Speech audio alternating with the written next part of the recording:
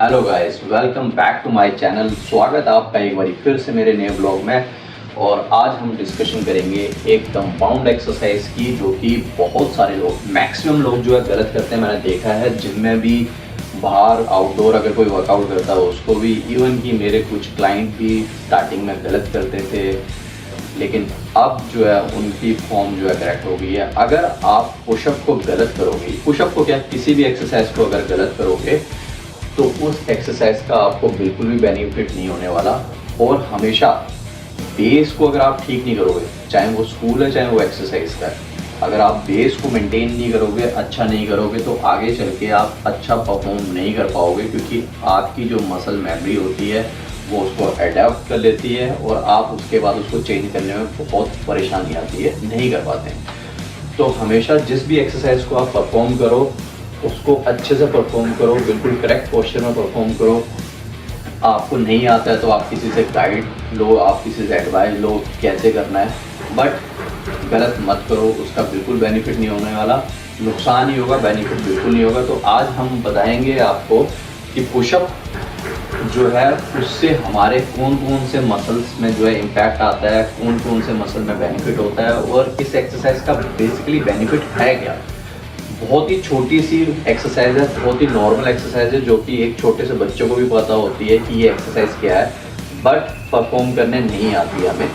तो मैं परफॉर्म करना बताऊंगा आपको कैसे करनी है और उसके बेनिफिट क्या होंगे। ये एक कंपाउंड एक्सरसाइज है। ये पुशअप जो है हम परफॉर्म करते हैं अपने चेस्ट मसल के लिए, जिसे हम बोलते हैं पेक्टोरियल मसल, लेकिन ये सिर्फ हमारे चेस्ट मसल पे ही काम नहीं करती है। पुशअप हमारे चेस्ट के साथ साथ ट्राइसेप, शोल्डर और हमारे इवन की कोर मसल तक जो है इम्पैक्ट लेके आती है, अगर आप एक अच्छे करेक्ट फॉर्म में इसको परफॉर्म करते हो तो चलो सबसे पहले बात करेंगे कि कैसे करनी है, और उसके बेनिफिट तो मैंने आपको बताएंगे।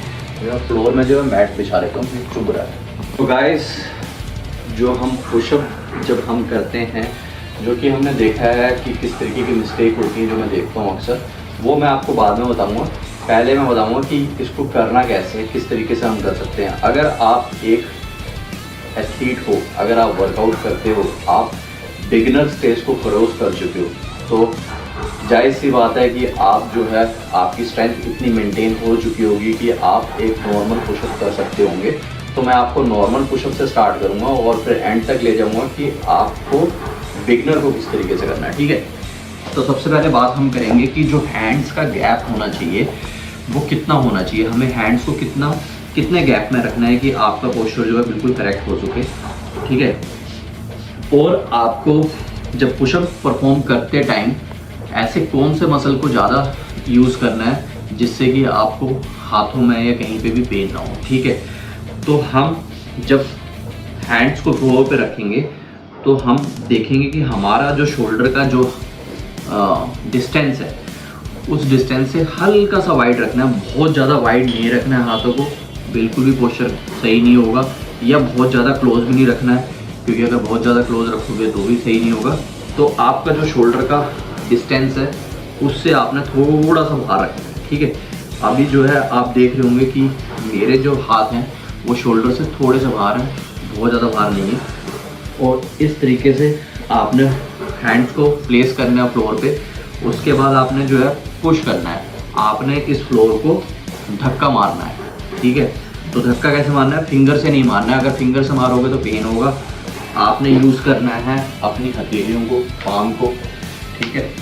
तो इसका आपने यूज़ करना है। तो आप जब फ्लोर पे हैंड प्लेस करोगे तो इस तरीके से करना कि यहाँ पे प्रेशर ज़्यादा है, मतलब कि आप हल्का सा माइनर सा गैप मेंटेन करके चलना है यहाँ पे, ताकि आपका प्रेशर यहाँ ना आए, यहाँ ज़्यादा आए, ठीक है। पैर को जो है आप बहुत ज़्यादा वाइड नहीं करोगे, यहाँ पे भी आप जो है पैर को क्लोज करोगे। अगर आपको डिफिकल्ट परफॉर्म करना है, थोड़ा सा इजी परफॉर्म करना है, तो हल्का सा वाइड कर सकते हो, लेकिन बहुत ज़्यादा वाइड नहीं। और आपने जो है एल्बो को ऐसे बाहर नहीं निकालना है, आपने सीधा नीचे जाना है, ऐसे पुश करना है फ्लोर को नीचे और अप अप अप। तो ये थी बिल्कुल करेक्ट फॉर्म पुशअप की।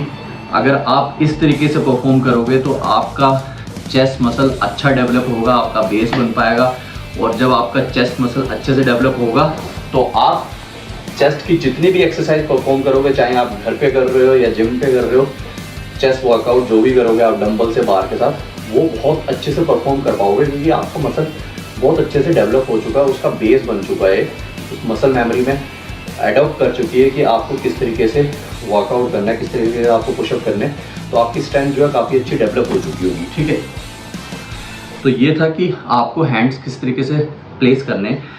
अब हम चलते हैं कि किस तरीके की मिस्टेक करते हैं लोग, जो कि नहीं करना चाहिए। तो हमें जो है ये ध्यान रखना है कि जब हम पुशअप करेंगे तो हमारा जो चेस्ट मसल है वो हमारे दोनों हैंड्स के बीच में आना चाहिए, कि आगे जाना चाहिए, कि पीछे आना चाहिए। अगर आप, ये मेरे हैंड्स हैं, अगर आप चेस्ट मसल को मेरे हैंड से थोड़ा सा बाहर लेके जाओगे और मैं इस तरीके से अगर पुशअप करूँगा तो मेरे चेस्ट मसल जो है वो बिल्कुल भी ट्रेन नहीं होगा। आपने देखा भी कि जब मैं नीचे जा रहा हूँ, मैं आपको एक बार फिर दिखाता हूँ कि जब मैं नीचे जा रहा हूँ, अगर मैं चेस्ट मसल को अपने हैंड से आगे लेके जाता हूँ, इस तरीके से नीचे जा रहा हूँ, तो मेरे शोल्डर मसल जो है वो ज़्यादा चल रहे हैं, तो आपके चेस्ट मसल बिल्कुल भी काम नहीं करेंगे, शोल्डर ज़्यादा जो है लोड लेगा, जिससे कि इंजरी भी हो सकती है, क्योंकि शोल्डर पुशअप इस तरीके से नहीं करते हैं, वो दूसरे तरीके से करते हैं, मैं आपको नेक्स्ट वीडियो में बताऊँगा। ठीक है, अब इसके बाद चलते हैं दूसरी मिस्टेक जो जनरली लोग करते हैं। वो क्या करते हैं कि अगर आप अपनी बॉडी को दोनों हैंड्स के बीच में ना प्लेस करते हुए इस तरीके से प्लेस करके जाओगे नीचे, ये तो ये भी जो है आपके चेस्ट पे बिल्कुल भी नहीं आ रहा है, सारा का सारा लोड जो है मेरे हैंड्स, रिस्ट पे और शोल्डर पे आ रहा है, तो ये भी जो है गलत फॉर्म है। तो आपको करना क्या है कि जब भी आप पुशअप करो, अपने चेस्ट मसल को जो है दोनों हैंड्स के बीच में मेंटेन करके चलो, कि वो चेस्ट मसल आपके हैंड्स के बीच में यहीं आना चाहिए। ठीक है, तभी आपकी पोस्चर जो है बिल्कुल करेक्ट हो पाएगा और आपका चेस्ट मसल अच्छे से डेवलप हो पाएगा। ठीक है, अब इसके बाद मैं बात करूँगा कि जब भी हम पुशअप परफॉर्म करते हैं तो ये एक कंपाउंड एक्सरसाइज है जो कि मैंने आपको बताया था। तो आपके चेस्ट मसल के साथ साथ आपका ट्राइसेप्स और शोल्डर और कोर ये कैसे इंगेज होता है वो मैं आपको बताता हूँ, उसकी टेक्निक। अगर वो आप टेक्निक करोगे तभी ये मसल जो है आपके यूज़ हो पाएंगे, मतलब कि इंगेज होंगे ड्यूरिंग पुशअप। ठीक है, तो जब हम पुशअप करते हैं तो हमें अपने ग्लूट्स मसल को बिल्कुल टाइट रखना होता है और एक स्ट्रेट लाइन मेंटेन करनी होती है। हिप्स को बहुत ऊपर नहीं रखना, बहुत नीचे नहीं रखना। फॉर एग्जांपल, अगर मैं हिप्स को ऐसे रखूँगा तो ऐसे करके अगर मैं जाऊँगा तो ना ही मेरी चेस्ट ट्रेन हो पाएगी, ना ही शोल्डर, ना ही ट्राइसेप्स, ना ही कोर। और अगर मैं यूँ करके अगर करता हूँ, जनरली ऐसे बहुत सारे लोग करते हैं, अगर मैं यूँ करके करता हूँ तो भी ना ही मेरे ट्राइसेप्स, ना ही शोल्डर और ना ही कोर। तो आपको एक्चुअल में जब परफॉर्म करना है तो आपने ग्लूट्स को बहुत ही टाइटली स्क्यूज करके रखना है और अपने कोर को भी जो है बहुत टाइट करके रखना है, तभी वो मसल इंगेज होंगे, अदरवाइज नहीं होंगे। तो जब भी आप परफॉर्म करो अपने ग्लूट्स को बिल्कुल टाइट कर लो, कोर को बिल्कुल टाइट कर लो, ब्रीथ लो एक लंबी सी और breathe out and then up. Breath लो, थोड़ा सा होल्ड करो, पुश। तो इस तरीके से आपको परफॉर्म करना है, जो कि एक वर्कआउट करने वाला बंदा जो है, जिसकी अच्छी स्ट्रेंथ बन चुकी है, ये पुशअप का तरीका था उन लोगों के लिए। अब बात करेंगे बिगनर के लिए कि अगर बिगनर अगर पुशअप करता है तो उसको कहाँ से स्टार्ट करना चाहिए और कैसे धीरे धीरे अपनी स्ट्रेंथ को मेंटेन करना चाहिए। तो सबसे पहले बिगनर जो करेगा वो करेगा वॉल पुशअप। ठीक है,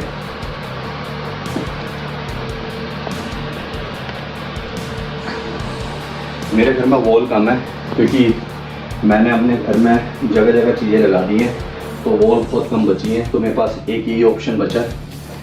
तो लेकिन इस ऑप्शन को अगर मैं यूज़ करता हूँ तो हो नहीं पाएगा, मैं उस वॉल पे आता हूँ। ठीक है, तो जब हम वॉल पुशअप करेंगे तब भी हमने सेम पोस्चर को मेंटेन करना है जो हमने फ्लोर पे मेंटेन किया था। ना ही हिप्स को बहुत ज़्यादा बाहर निकालना है, ना ही हम लोअर बैक को अंदर देंगे। सेम पोस्चर मेंटेन करना है, एक स्ट्रेट लाइन मेंटेन करनी है जो कि हम फ्लोर पे कर रहे थे इस तरीके से। ठीक है, अभी मेरी बॉडी जो है उस पोस्चर पे है जो फ्लोर पे थी, क्योंकि ना ही ऐसे है और ना ही ऐसे है, बिल्कुल स्ट्रेट लाइन मेंटेन है। और हैंड्स को भी मैंने उतना ही रखा है जो कि शोल्डर से थोड़ा सा बाहर है, बहुत ज़्यादा बाहर नहीं है। और इस तरीके से हम जाएंगे पुशअप।